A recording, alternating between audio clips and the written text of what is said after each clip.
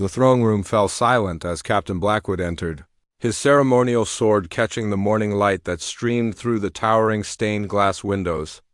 King Edmund sat upon the ancient throne of Raven's Hollow, his weathered hands gripping the armrests as he sensed the tension radiating from his most trusted guard captain.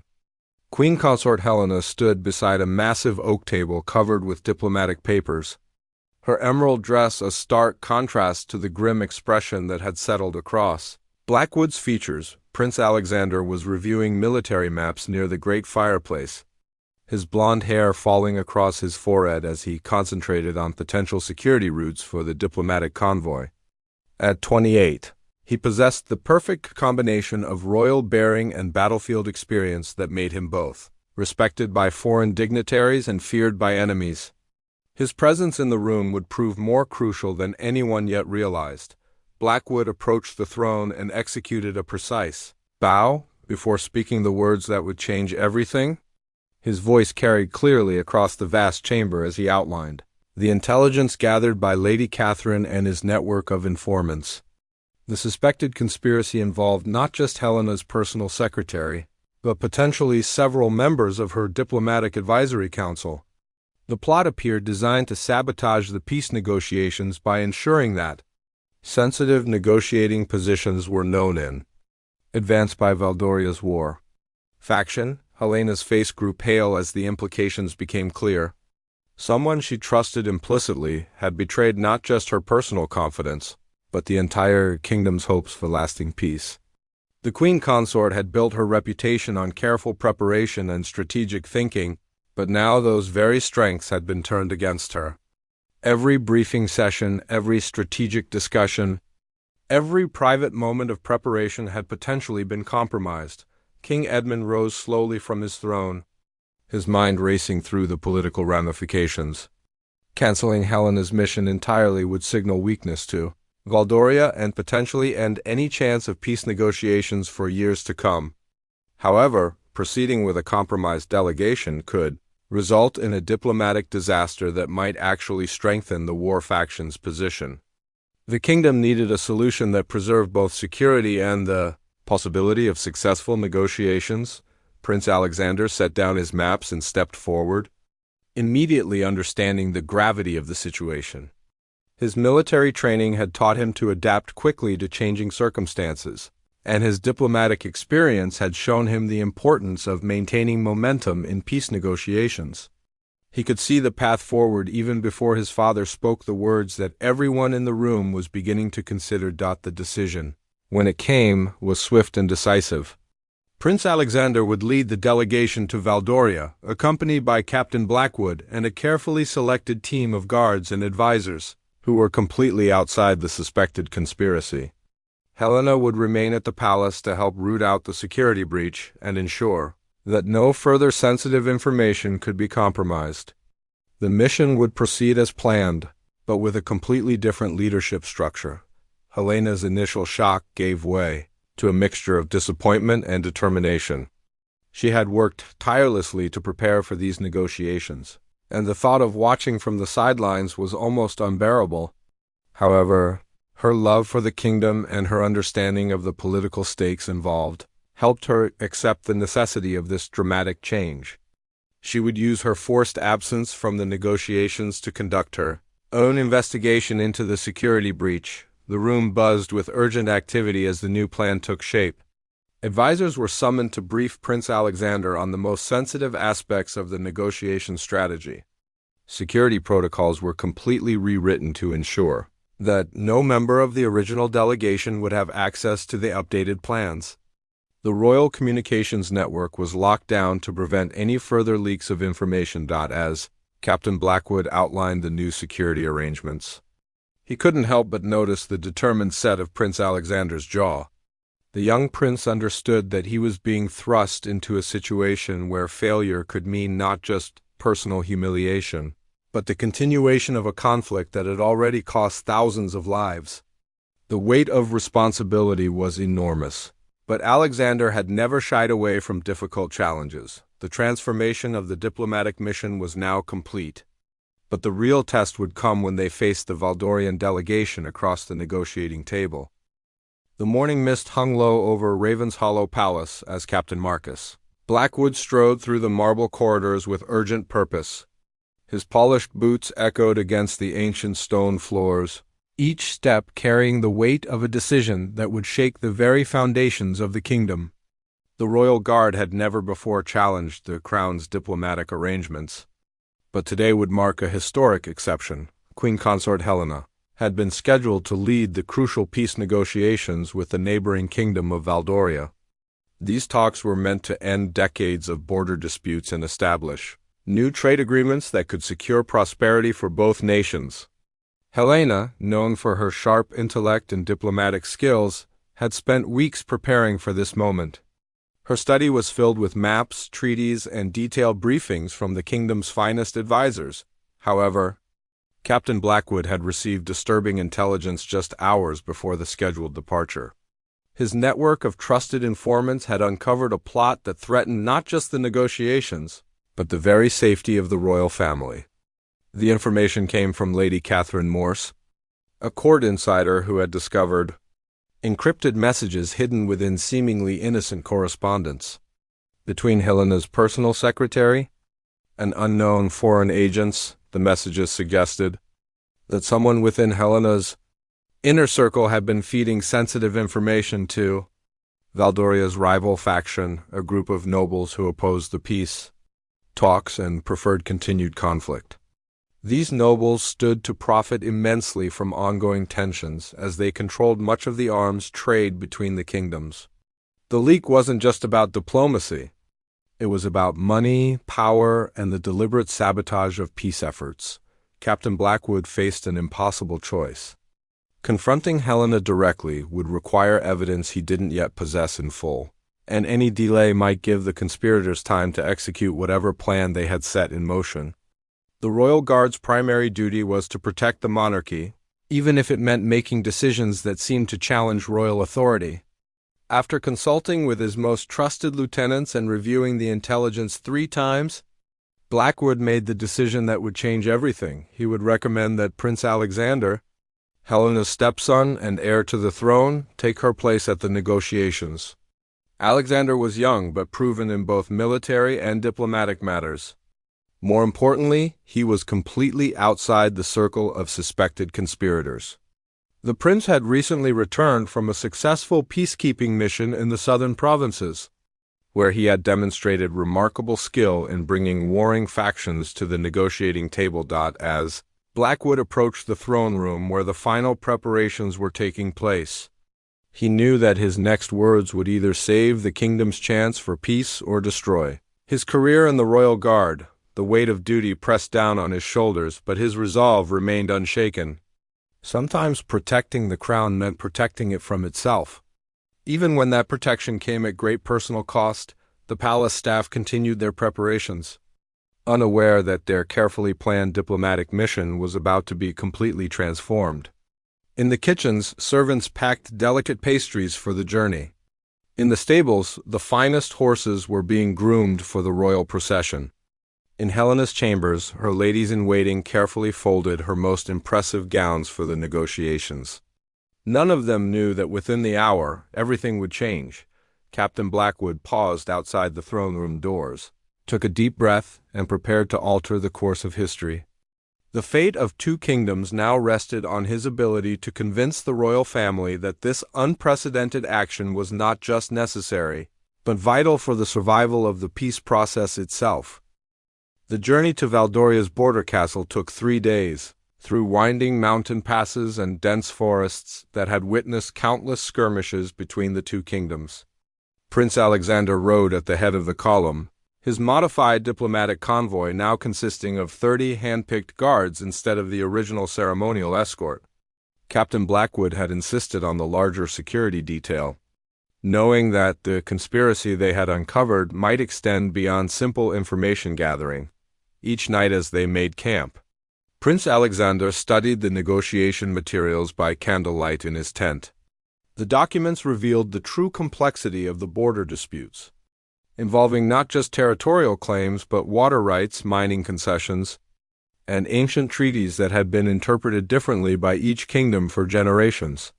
Helena's extensive preparation notes proved invaluable, giving Alexander insights into Valdorian, negotiating tactics and cultural sensitivities that could make the difference between success and failure. Lady Catherine Morse had insisted on joining the expedition, bringing with her additional intelligence about the conspiracy they had left behind. Her investigation had revealed that the plot was more sophisticated than initially believed, involving coded communications that suggested coordination with elements inside Valdoria itself. This meant that Alexander would be walking into negotiations, where some participants might already know his bargaining positions, while others remained genuinely committed to reaching a peaceful resolution. The Valdorian delegation was led by Duke Roderick Ashford, a veteran diplomat known for his shrewd negotiating skills and unwavering loyalty to his kingdom. Ashford had expected to face Queen Consort Helena, whose reputation for meticulous preparation and strategic thinking was well known throughout the region. The sudden substitution of Prince Alexander had caught the Valdorian team off guard, forcing them to reassess their entire approach to the negotiations. When the two delegations met at Thornwick Castle, a neutral fortress situated exactly on the border between the kingdoms, the atmosphere was thick with tension and uncertainty. The castle's great hall had been prepared for formal negotiations, with elaborate tapestries depicting scenes of past conflicts serving as a sobering reminder of what failure might bring. Prince Alexander entered the hall with confidence despite the challenging circumstances, knowing that projecting strength would be crucial to earning respect from the Valdorian delegation. Duke Ashford's opening remarks were carefully crafted to test the young prince's resolve and knowledge of the issues at stake. The Duke questioned whether someone with Alexander's limited diplomatic experience could truly represent Ravenshallow's interests in such complex negotiations. However, Alexander's responses demonstrated not only his thorough understanding of the territorial disputes but also his fresh perspective on potential solutions that had been overlooked by previous negotiators. The first day of formal talks focused on the most contentious issue, the mineral-rich Blackstone Valley, which both kingdoms claimed based on different interpretations of a treaty signed 2 centuries earlier. Prince Alexander surprised everyone by proposing a joint mining venture that would split the profits while establishing shared governance of the disputed territory. This innovative approach had not been part of Helena's original negotiating strategy, but it offered a path forward that could benefit both kingdoms significantly. Captain Blackwood observed the proceedings from his position along the wall, noting the subtle reactions of each Valdorian delegate. His trained eye caught the fleeting expression of surprise that crossed Duke Ashford's face when Alexander proposed the joint venture, suggesting that this particular solution had not been anticipated by whoever might have leaked the original negotiating positions. The security breach had actually provided an unexpected advantage, as Alexander's modified approach was completely unknown to any potential conspirators. As the day progressed, it became clear that Prince Alexander's youth was actually proving to be an asset rather than a liability. His willingness to consider unconventional solutions and his lack of attachment to previously failed negotiating strategies created opportunities that more experienced diplomats might have missed. The Valdorian delegates found themselves engaging with ideas they had never seriously considered, partly because Alexander approached each issue without the baggage of past diplomatic failures. However, Lady Catherine's intelligence network had warned that the real test would come on the second day, when the negotiations would shift to the more sensitive issues of trade agreements and military cooperation. These discussions would reveal whether the suspected conspiracy had deeper implications than anyone had yet realized, and whether Prince Alexander's innovative approach could overcome decades of mistrust and hostility between the two kingdoms. The evening concluded with both delegations retiring to separate wings of the castle, each side privately assessing the day's progress and preparing for the more challenging discussions that lay ahead. The second day of negotiations began with disturbing news that threatened to derail the entire peace process. A messenger had arrived at dawn with reports of a skirmish near the southern border, where Valdorian merchants had been attacked by what appeared to be Raven's Hollow soldiers. Duke Ashford entered the Great Hall with barely controlled anger, demanding an explanation for what he saw as a deliberate provocation designed to undermine the peace talks. Prince Alexander remained calm despite the serious accusations. Immediately, recognizing that this incident bore all the hallmarks of the conspiracy they had uncovered. The timing was too convenient, occurring just as the negotiations were making genuine progress. Captain Blackwood's intelligence network had warned that the war faction in both kingdoms would not simply stand by while peace threatened their profitable conflicts. This attack was likely a false flag operation designed to sabotage any hope of successful negotiations. Lady Catherine stepped forward with crucial information that she had been saving for exactly this type of crisis. Her investigation had revealed that several members of the war faction possessed military uniforms and equipment from both kingdoms, allowing them to stage incidents that could be blamed on either side. The attack on the Valdorian merchants had been carried out by mercenaries wearing Raven's Hollow colors, but careful analysis of the evidence would reveal that the weapons used were actually of Valdorian manufacture. Duke Ashford's initial skepticism began to waver as Lady Catherine presented her evidence with meticulous detail. The conspiracy involved corrupt nobles from both kingdoms who had been secretly coordinating to ensure that peace negotiations would always fail. They had been manipulating border incidents for years, creating a cycle of retaliation and mistrust that kept both kingdoms locked in profitable conflict. The merchants who had been attacked were actually investors in peaceful trade relations, making them specific targets for elimination. Prince Alexander seized upon this revelation to propose an unprecedented joint investigation into the conspiracy. Rather than allowing the false flag attack to derail the negotiations, he suggested that both kingdoms work together to expose and eliminate the war faction that had been manipulating them for decades. This approach would not only address the immediate crisis but also create a foundation of trust and cooperation that could support lasting peace. The proposal required a complete restructuring of the negotiations, transforming them from adversarial discussions into collaborative planning sessions. Duke Ashford found himself in the unusual position of working alongside Prince Alexander to identify potential conspirators within his own delegation. Several Valdorian advisors who had been pushing for more aggressive positions suddenly found themselves under intense scrutiny from their own colleagues. Captain Blackwood coordinated with Valdorian security forces to secure Thornwick Castle against potential sabotage attempts. The war faction would undoubtedly try to prevent the success of this joint investigation, possibly through violent means. Guards from both kingdoms began working together for the first time in living memory, sharing intelligence and coordinating patrols around the castle grounds. As the investigation progressed, a startling pattern emerged.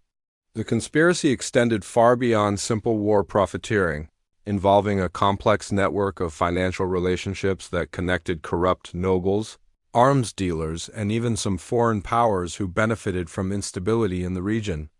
The scope of the operation suggested years of careful planning and substantial financial resources, making it clear that exposing the full conspiracy would require ongoing cooperation between the kingdoms. Prince Alexander's bold decision to share sensitive intelligence about Raven's Hollow's investigation created an atmosphere of unprecedented transparency between the delegations. For the first time, both sides were working toward a common goal rather than trying to gain advantage over each other. This shift in dynamics allowed for discussions of military cooperation and intelligence sharing that would have been impossible under normal diplomatic circumstances. Duke Ashford privately admitted to Prince Alexander that he had been impressed by the young prince's handling of the crisis. The traditional approach would have been to deny all involvement in the merchant attack and demand proof of Raven's Hollow's innocence. Instead, Alexander had immediately acknowledged the possibility that both kingdoms were being manipulated and proposed a solution that could strengthen, rather than damage, the peace process. The evening brought news that the joint investigation had already yielded significant results. Several suspected conspirators had been quietly arrested in both kingdoms, and documents seized from their residences revealed plans for additional false flag operations designed to escalate the conflict. The war faction had been planning a series of increasingly serious incidents that would make peace negotiations impossible for years to come. As the second day concluded, both delegations realized that they had stumbled upon an opportunity that extended far beyond their original mandate. The peace negotiations had evolved into something much more significant, the dismantling of a conspiracy that had kept their peoples in conflict for far too long. The real question now was whether they could maintain this unprecedented cooperation long enough to achieve lasting peace and justice. The third day brought unexpected visitors to Thornwick Castle that would change the entire nature of the negotiations. King Edmund himself arrived with a small escort, having received urgent messages from Prince Alexander about the conspiracy discovery. Accompanying him was an even more surprising figure, King Aldrich of Valdoria, Duke Ashford's sovereign who had made the dangerous journey after. Learning of the plot against both their kingdoms, the presence of both monarchs transformed the castle from a simple negotiating venue into the site of the most important diplomatic summit in generations. The Great Hall was hastily rearranged to accommodate the unprecedented meeting between the two rulers, who had not spoken directly to each other in over 15 years. Captain Blackwood worked frantically with Valdorian security to ensure the safety of both kings, knowing that the war faction would view this development as their greatest threat. Lady Catherine's investigation had reached a critical breakthrough during the night. Her team had intercepted communications revealing that the conspiracy involved not just corrupt nobles from both kingdoms, but also foreign merchants and weapons dealers who had been deliberately prolonging the conflict for their own profit. The evidence suggested that peace had been within reach multiple times over the past decade, only to be sabotaged by carefully orchestrated incidents designed to reignite hostilities. King Edmund's first private meeting with his son revealed the full extent of the conspiracy's reach within Ravenshollow itself. Several high-ranking court officials, including 2 members of the Royal Council, had been secretly coordinating with the war faction. The betrayal cut deep into the heart of the kingdom's leadership, forcing the king to question decades of trusted relationships and policy decisions that now appeared to have been influenced by corrupt interests. King Aldrich's revelations about the situation in Valdoria were equally disturbing. The war faction had gained significant influence over the kingdom's military procurement and border security policies, effectively controlling when and how conflicts would escalate. This explained the puzzling pattern of incidents that had occurred over the years, where minor disputes had inexplicably grown into major confrontations despite both sides' apparent interest in peaceful resolution. Prince Alexander found himself in the extraordinary position of briefing both kings simultaneously on the joint investigation's findings. His diplomatic skills were tested to their limits as he navigated the complex emotions and political implications of revealing how thoroughly both kingdoms had been manipulated. The young prince's handling of this delicate situation demonstrated a maturity and wisdom that impressed even the most experienced diplomats present. The afternoon session brought a dramatic confrontation. When several suspected conspirators within both delegations were directly accused based on evidence gathered during the investigation, Duke Ashford's own military advisor, Sir Marcus Thorne, was revealed to have been feeding information to the war faction for years. Similarly, Lord Chancellor Brennan from Ravenshollow's delegation was confronted with proof of his involvement in coordinating false flag operations. The exposure of these traitors within their own ranks created a powerful bond between King Edmund and King Aldrich, who realized that they had both been victims of the same elaborate deception. Their shared sense of betrayal and determination to seek justice provided the foundation for discussions that went far beyond the original scope of the peace negotiations. They began planning not just an end to hostilities, but an alliance that could prevent future manipulation by external forces. Captain Blackwood coordinated the arrest of the conspirators with surgical precision, ensuring that none of them could escape to warn other members of the war faction. The operation required careful timing and complete secrecy, as any leak could have endangered both kings and potentially triggered the very conflict that everyone was working to prevent. The success of these arrests provided concrete proof that cooperation between the kingdoms could achieve results impossible through individual action. As evening approached, both kings made the decision to extend their stay at Thornwick Castle to oversee the completion of what had become much more than simple peace negotiations. They were now planning a comprehensive restructuring of the relationship between their kingdoms, including joint military operations against the remaining war faction members, shared intelligence networks to prevent future manipulation, and economic partnerships that would make renewed conflict economically disadvantageous for potential troublemakers. The transformation of Prince Alexander's role was now complete. What had begun as a desperate substitution to save compromised peace, negotiations had evolved into his emergence as a key architect of the most important diplomatic breakthrough in generations. His willingness to think beyond traditional approaches and his skill at building trust under difficult circumstances had proven invaluable in creating this historic opportunity. The evening concluded with both kings privately acknowledging that the conspiracy's exposure, while shocking, had actually created a unique opportunity to build a lasting peace based on shared adversity rather than mere convenience. The bonds forged through working together against a common enemy were proving stronger than any treaty signed in more conventional circumstances.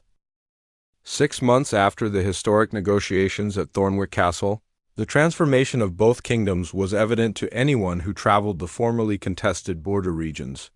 Where once stood military checkpoints and fortified positions, thriving market towns had emerged to serve the growing trade between Ravens Hollow and Valdoria. The joint mining operation in Blackstone Valley had become a symbol of cooperation, producing wealth that benefited both kingdoms while demonstrating that former enemies could work together for mutual prosperity. Prince Alexander had returned to Thornwick Castle for the formal signing of the permanent peace treaty, but his role had evolved far beyond anyone's initial expectations. King Aldrich had requested that Alexander serve as the first ambassador of perpetual peace, a newly created position that would oversee the ongoing cooperation between the kingdoms. This appointment required approval from both royal councils, marking the first time that nobles from Ravens Hollow and Valdoria had voted together on any matter. The investigation into the war faction had yielded extraordinary results, revealing the true scope of the conspiracy that had plagued both kingdoms for decades. Over 60 individuals had been arrested across both kingdoms, including several foreign agents who had been coordinating the manipulation from neighboring countries. The trials had exposed a network that extended across multiple borders involving weapons dealers, corrupt officials, and even some religious leaders who had used their influence to inflame tensions between the kingdoms. Captain Blackwood had been appointed to lead a new joint security force tasked with preventing future conspiracies against the peace. His intelligence network, working together with Valdorian counterparts, had already prevented 2 attempted sabotage operations launched by remnants of the war faction. The cooperation between security forces had become so effective that both kings were considering expanding it to address other regional security challenges. Lady Catherine Morse had accepted a position as chief investigator for the new Alliance Council, using her skills to help other neighboring kingdoms identify and eliminate similar corruption within their own borders. Her methods had been so successful that requests for assistance were arriving from across the continent, suggesting that the conspiracy exposed at Thornwick Castle had been part of an even larger network of war profiteers operating throughout the region. Queen Consort Helena had played a crucial role in the success of the peace process, despite her absence from the original negotiations. Her detailed analysis of the conspiracy's methods had helped identify similar patterns in other diplomatic failures, leading to the discovery that several previous peace attempts had been deliberately sabotaged. Her expertise in recognizing manipulation tactics had become invaluable in training diplomats from both kingdoms to avoid similar deceptions in the future. The economic benefits of peace had exceeded everyone's most optimistic projections. The joint mining venture had expanded to include shared agricultural projects, collaborative research initiatives, and cultural exchange programs that were strengthening bonds between the peoples of both kingdoms. Merchants who had once risked their lives crossing contested borders now traveled freely between kingdoms, carrying not just goods but also ideas and friendships that made future conflict increasingly unthinkable. King Edmund and King Aldrich had developed a personal friendship that surprised their respective courts, meeting monthly to discuss not just alliance matters but also sharing advice on ruling and family concerns. Their collaboration had become a model for other regional monarchs, several of whom had requested guidance on establishing similar peaceful relationships with their own neighbors. The two kings were planning a grand celebration to mark the first anniversary of the alliance, which would include representatives from kingdoms across the continent. The signing ceremony for the permanent treaty took place in the same great hall where Prince Alexander had first proposed the joint investigation that changed everything. Representatives from both kingdoms filled the ancient chamber, but unlike previous diplomatic gatherings, the atmosphere was one of genuine celebration rather than tense negotiation. Children from both kingdoms performed together in a choir, their voices symbolizing the hope that future generations would know only peace between their peoples. As Prince Alexander placed his signature on the treaty document, he reflected on the extraordinary journey that had brought them to this moment. What had begun as a desperate improvisation to save compromised peace negotiations had evolved into the foundation of a lasting alliance that was transforming the entire region.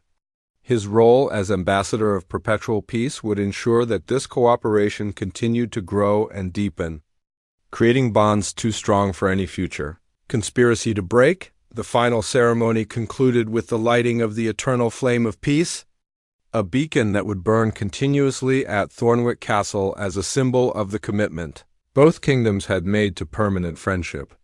As the flame caught and grew bright in the great hall, everyone present understood that they were witnessing not just the end of a long conflict, but the beginning of a new era of cooperation that would benefit generations yet unborn. The bells of Thornwick Castle rang out across the mountains, carrying the news of permanent peace to every village and hamlet in both kingdoms, marking the successful conclusion of the most important diplomatic achievement in either kingdom's history.